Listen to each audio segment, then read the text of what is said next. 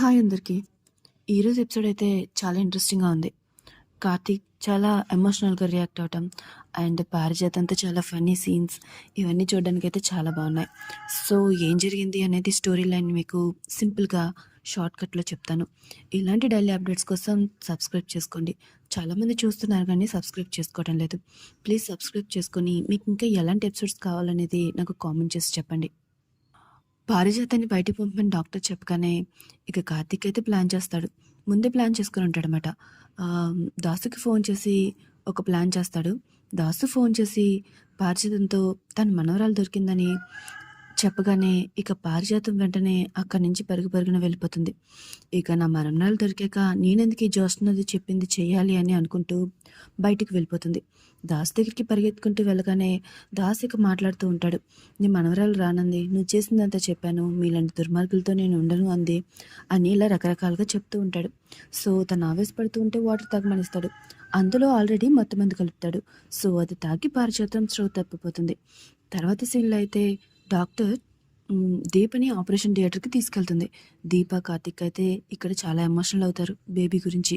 తర్వాత డాక్టర్ రూమ్‌లోకి తీసుకెళ్ళగానే అక్కడ జ్యోత్స్న మత్తులో ఉంటుంది. తను ఆల్రెడీ దీప గురించి ఆలోచిస్తూ ఉంటుంది. ఈ డాక్టర్ నాకేం మందిచ్చిందో కానీ చాలా తల తిరుగుతుంది, నిద్రొస్తుంది. దీప మాత్రం అనుకున్నది జరగకూడదు అని అనుకుంటూ ఉంటుంది. ఇక దీప వెళ్ళగానే మత్తులోనే దీపని చూస్తుంది. దీప అని అనుకుంటూ తను నిద్రపోతుంది. దీప కూడా కంగారు పడుతుంది. బట్ డాక్టర్ మాత్రం కంగారు పడాల్సిన అవసరం లేదని చెప్తుంది. ఇక దీపకి ఆపరేషన్ చేస్తారు. ఆపరేషన్ కంప్లీట్ అవుతుంది. ఇక పారిజాతానికి స్పృహ వస్తుంది. తను హాస్పిటల్‌లో ఉంటుంది. నేను ఇక్కడున్నానేంటి? ఎలా వచ్చాను? అని అడుగుతూ ఉంటుంది. ఇక తన హస్బెండ్ ఉంటాడు కదా! సో, అది నువ్వే చెప్పాలి అని అంటూ ఉంటాడు. నేను దాసుని కలవడానికెళ్ళాను అని అనగానే, నువ్వు నన్నెప్పుడు కలవడానికొచ్చావమ్మా? అని దాసు అంటాడు. నువ్వే కదరా ఫోన్ చేశావు అని తనంటుంది. అసలు దాసు ఎప్పుడే వచ్చాడు? అని పారిజాతం హస్బెండ్ చెప్తాడు. ఇక అందరూ కూడా జరిగిందంతా కూడా రివర్స్‌లో చెప్తూ ఉంటారు. పారిజాతానికి ఏమీ అర్థం కాదు. నీకు మతిపోయిందని తన హస్బెండ్ అంటాడు. ఇక్కడికక్కడికి దశరథ కూడా వస్తాడు తన హోమం పూర్తి చేసుకొని. ఇక అందరినీ చూసైతే తను షాక్ అవుతుంది. ఆపరేషన్‌కి ఏమైంది అని అడుగుతుంది. ఆపరేషన్ జరిగింది కదా అని అందరూ అంటారు. మరి దీప ఎక్కడని అడుగుతుంది. దీప కూడా లోపలే ఉంది. తనకి చిన్న సర్జరీ అయింది. అందుకే కదా ఇక్కడ జాయిన్ చేశామని కార్తీక్ చెప్తాడు.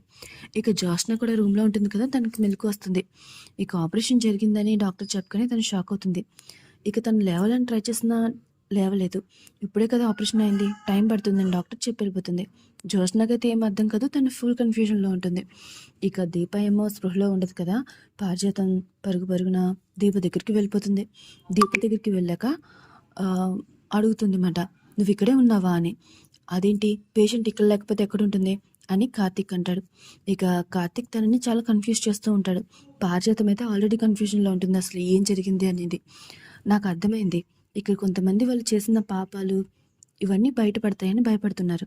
నా మాట విని ముందే తట్టబుట్ట సర్దుకొని బయలుదేరండి. లేదంటే నేనే ఎక్కిస్తాను బస్సు అని కార్తీక్ అంటాడు. ఇక్కడే ఉంటే నేను నిజాన్ని చెప్పేసేలా ఉన్నాను అని అనుకుంటూ పారిజాతం అక్కడి నుంచి వెళ్ళిపోతుంది. ఇక్కడితో ఈ కథ కంప్లీట్ అవుతుంది. సో నెక్స్ట్ ఏం జరగబోతుందని మీరు అనుకుంటున్నారని కామెంట్ చేసి చెప్పండి. Thanks for watching.